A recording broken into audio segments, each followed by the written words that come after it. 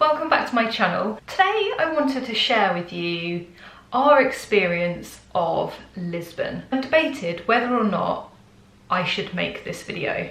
I generally don't like being negative about things, and if you look at my channel you'll see that quite a lot of the things that I review I'm very positive about. So I probably haven't done reviews of things that I don't find great or useful or live up to expectation.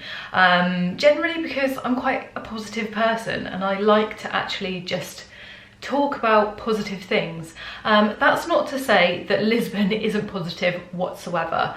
I think you can probably tell by the title of this video that we had a mixed experience, and I guess the reason for me deciding actually yeah I do feel like I want to share this is because there might be people out there at the moment that are, you know, deciding between a couple of city breaks and they're not really sure which to go for. They're doing a bit of research, and this may help give them a little bit more information about Lisbon.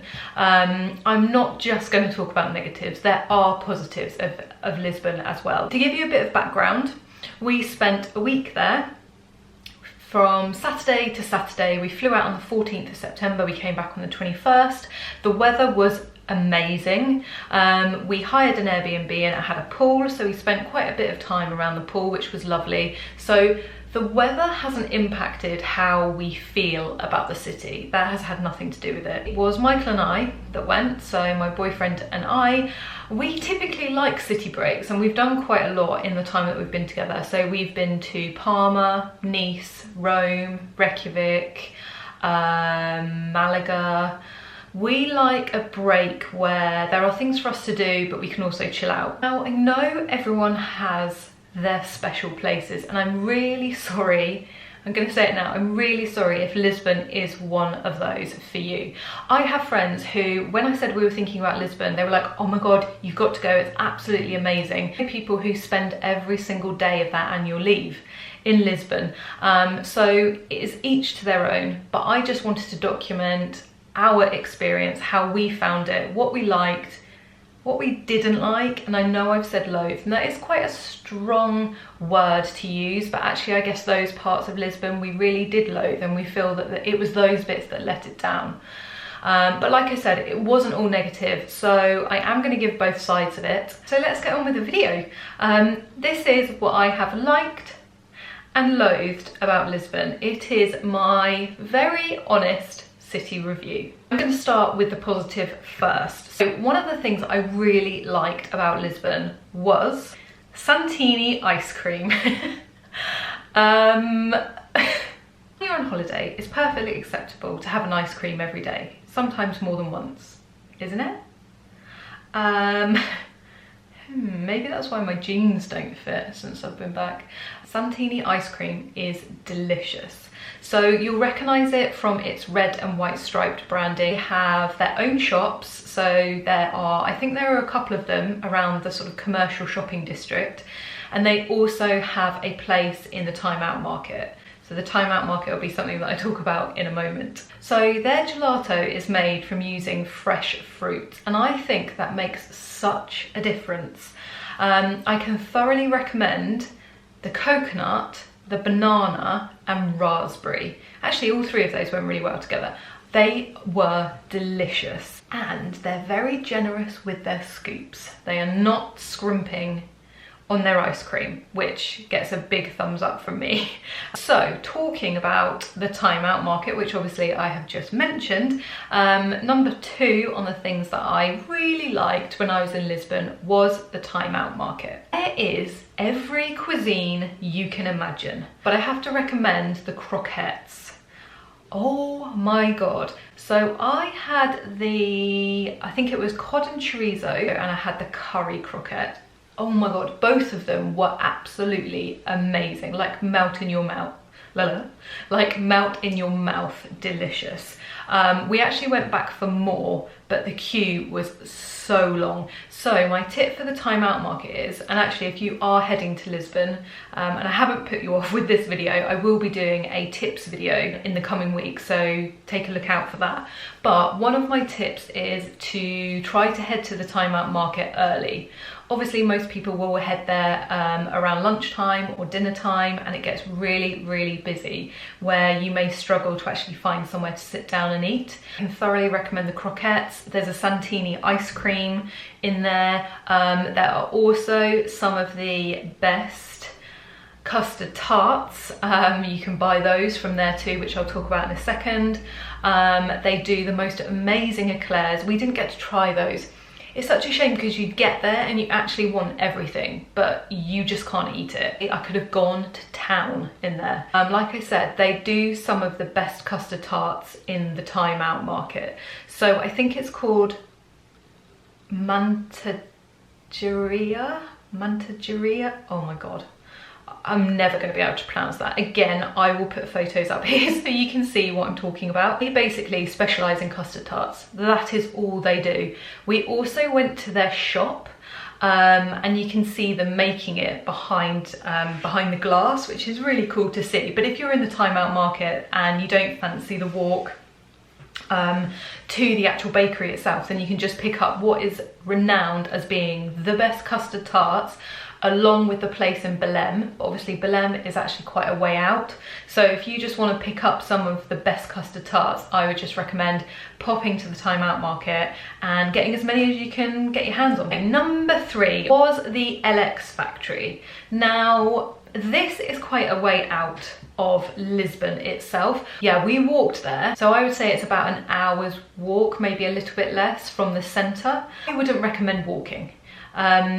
Obviously it takes quite a long time, and also the scenery, there basically is nothing to see. You're walking along a really busy road, and when it is hot, the heat mixed with fumes is it's just not a good vibe. So I wouldn't recommend walking. You can quite easily get an Uber. Don't think it costs a huge amount of money. Basically the LX factory is an old fabric production plant, and it looks really industrial. It's very cool. It's a bit, if you've been to London, it's a bit Spitalfields, but maybe a bit edgier and a bit cooler. It's home to really quirky cafes, some restaurants. It's got the coolest bookshop I have ever seen. Still got the old printing press in there, and the books, they go so far up the wall and the ceilings are so high, so it's almost like you're just surrounded by books everywhere, which is obviously my dream.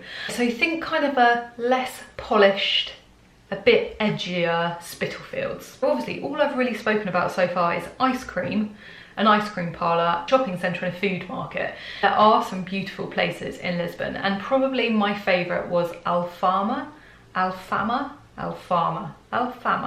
Okay, we're going with Alfama. This is one of Lisbon's oldest areas and probably one of the prettiest. Great views over the River Tagus, terracotta rooftops. You can see the number 8 tram winding its way through the really steep roads. Just looks really at home there, whereas in some of the other areas you're a bit like, like the tram's really cool, but then the area surrounding it just doesn't work together. Beautifully planted gardens, little markets. It just feels it's kind of everything you're hoping for when you go on a city break. I would basically like an entire city of that. So I can definitely recommend heading to the Alfama district. We would have liked Lisbon to be like that throughout, not just kind of one small area, but I guess you can't have it all, can you? But if you are looking for sort of that Instagrammable Lisbon, Alfama is definitely the place to go. Okay, so I'm going back to food again now. I guess Lisbon is actually quite good for food. Obviously you've got the custard tarts, you've got the time out market, there's great restaurants, and talking of restaurants, I can definitely recommend an Italian place called Squisito. I think, well, it is definitely the best meal we had while we were in Lisbon. So much so that we ate there 3 times. Food was piping hot, which for me is a massive tick. It was really calm and very peaceful. It feels as though, obviously when you're in the midst of the shopping area, it's quite hustle bustle, there's a lot of people. I'll talk more about that in a moment, but Then you reach the square and you get into Squisito, and obviously you can sit outside, so you overlook the square and you can people watch, and you just finally sort of feel a bit like, They do, as you'd expect from an Italian, pizza, pasta. They also did a bread and cheese sort of platter, which Michael loved and raved about. If you can't eat all of the pizza, they will box it up for you and you can take it away. So quite often my pizza would do 2 meals. It also seemed to be one of the few places that we found the staff were genuinely friendly and were pleased to see you there and made you feel welcome. Okay, and finally in my liked about Lisbon section is just how reasonable it was to be there. Things like eating, drinking, shopping, all of that is actually quite cheap. Transport is super cheap. We did a day trip to Sintra. It's about a 40-minute train journey. So I think we paid about €5 return. Absolute bargain. Even though the pound at the moment is so weak against the euro, I think it's almost 1 for 1. We found Lisbon to be really, really reasonable. But saying that, it did need to be cheap, I think. There were quite a lot of things that we found we didn't like about Lisbon. And I guess that then takes me into the loathed part of my video. Like I said, we had a mixed experience. There were some things that I really, really liked, which obviously I have already spoken about. But there were things that we really, really didn't like. The thing we really weren't keen on was just the general sort of appearance of the city. Now, obviously with any city, there are gonna be parts, at least, that have been let go a bit. Maybe old buildings that haven't quite been looked after in the way that they could be or they should be. But this seemed vast. I mean, this seemed that, but on a huge scale. It seemed like majority of the city was very uncared for. I mean, the potential in some of those buildings, and the tiles are beautiful and stunning and the architecture is amazing, but it's very, very run down. It looks quite uncared for and unloved as a sort of general view of the city. The streets we found were quite dirty. There was a lot of litter. There was dog poo on the pavement. There were a lot of homeless people. There were a lot of people begging. Michael continually got asked if he wanted to buy drugs, whether that be weed, which I do believe actually is legal in Lisbon, so fine, but also coke. There was a lot of coke being offered. So every time we went out, Michael would continually just be like, shh, you all right, mate? Do you want some of this? You know, and like, they were quite persistent. They wouldn't leave us alone. They would follow us for, you know, they would follow us for a while, and it just became quite annoying and quite tiring. And when you're on holiday, you don't really want that. There was graffiti everywhere. Even the trains were graffitied. So the train that came into the station when we went to Sintra was just completely covered in graffiti. Buildings are covered in graffiti, shops, a lot of police in the commercial centre. I'm not sure exactly what they were doing because they didn't seem that bothered by the men selling drugs. I don't know. Don't get me wrong, some graffiti I think looks really cool, but a lot of it was it's just swear words. It was really hard to say. Like when we were in Rome, we were continually saying, oh, wow, look at that building. Oh my God, look at that. Isn't that stunning? Like we bored ourselves. We said that so often within the first couple of days.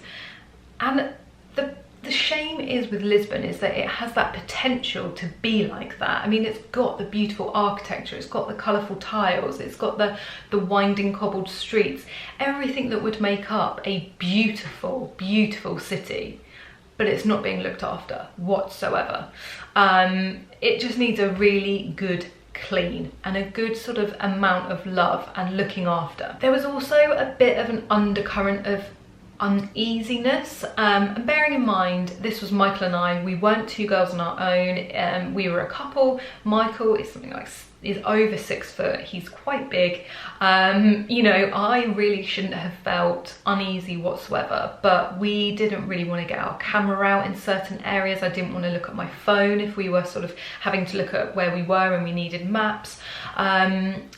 you just felt a little bit on edge. And again, on holiday, that's not really what you want. I'm sure if you had stayed just in Alfama, you probably wouldn't have felt that. But obviously, you go on holiday and you want to explore and you want to see the rest of what the city has to offer. And it's hard to do that in Lisbon. Well, we found it was hard to do. Obviously, like I said at the beginning, this is our experience. This is how we found it. I'm not saying that it's an awful place to go at all by any means, but I just wanted to share the experience that we had whilst we were there. That's also kind of sticking with that theme. The vibe of the city felt quite flat and just quite low. It wasn't particularly jolly or buzzing or happy. The people themselves that lived there, that worked there, didn't feel very welcoming. I don't think they were particularly happy themselves, not the people that we came across anyway. It felt quite downtrodden and sort of down on its luck and a bit tired. It just felt as though maybe it's having a hard time with it. Customer service didn't really seem to exist that much in the shops that we went into, and we spent quite a long time going up and down the streets, popping in and out of shops. We love to do a bit of shopping when we're on holiday. We also went to the supermarkets because we were staying in an Airbnb, so we were there regularly, and I mean, I've never seen queues like it. Queues to pay went down the aisles, to the bottom of the aisles, to a point where you couldn't actually really go and search for the food that you wanted because people were just queuing up. And then once you got to the till, it was just sort of reluctantly serving you and just going through the motions of what they need to do. Now, speaking of supermarkets, when I go on holiday, I absolutely love to visit a supermarket. I mean, it's one of the reasons why I guess I particularly like staying in an Airbnb, because I then have the opportunity to shop regularly. So whenever we go anywhere, I always try and work out, right, where's the nearest kind of decent supermarket that we can go to. Go Dolce were probably the best that we could find around. And when we looked on Google, it suggested that, yeah, that would be the place to go. They had what we needed there, but they were cramped.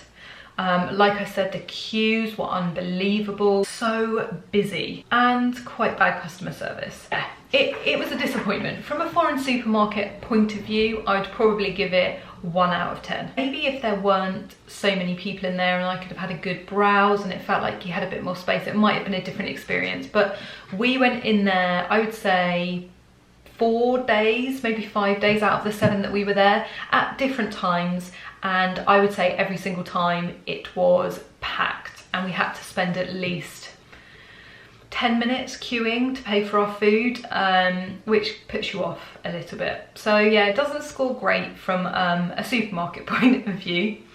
I also have to say that it lacks a pretty sort of centre or focal point. Is that the right word? It isn't really a place that you could get an ice cream from Santini and take it and sit somewhere and watch the world go by. I think the square would probably be the obvious place to do that, but like I said, there are restaurants around the outside. At the bottom you've got the river, and there are no benches, there are no seats, there's nothing really that you can sit on. You probably wouldn't want to sit on the river, although people do. It's very industrial. Obviously it's a big working river, so it's not going to be beautiful, but that's not necessarily the place where you want to sit on your holiday and eat your ice cream. Yeah, so I really felt as though there was no pretty centre that I could go to, which made me left sort of feeling a bit unanchored. Maybe that's a bit of an extreme reaction to it. So that meant that there was nowhere really to walk to in the evening. Most of the time we ended up looking in the shops, spending money. I mean, luckily, like I said earlier, it's not that expensive in Lisbon, but you don't want to spend all your time shopping. They did have a Sephora though, so that was a bonus. So that is everything that I have liked and loathed about Lisbon. We did do a day trip out of Lisbon to Sintra, which I mentioned obviously a little bit earlier. So if you're interested in that, keep an eye out on my channel or subscribe so you can be notified when that video goes live. What a beautiful place. I can thoroughly recommend going to Sintra if you're doing Lisbon. They are two very different places. Yeah, that will be coming soon, and although we obviously had a mixed experience, we did enjoy ourselves, don't get me wrong. We made the most of it, we enjoyed our week. We probably just wouldn't go back. We learned quite a few bits while we were there, so I'm going to put those into a video as well, which will be coming soon, so again, keep your eyes peeled for that one. And yeah, I hope you enjoyed this video. I'm really sorry if Lisbon is one of your favourites. I totally understand that everyone has a very different experience. Thank you so much for watching. I hope you enjoyed it. If you did, please give it the thumbs up below. And if you haven't already subscribed, I would love it if you press that little red button below. Thanks again for watching, and I hope to see you again soon. Take care, bye.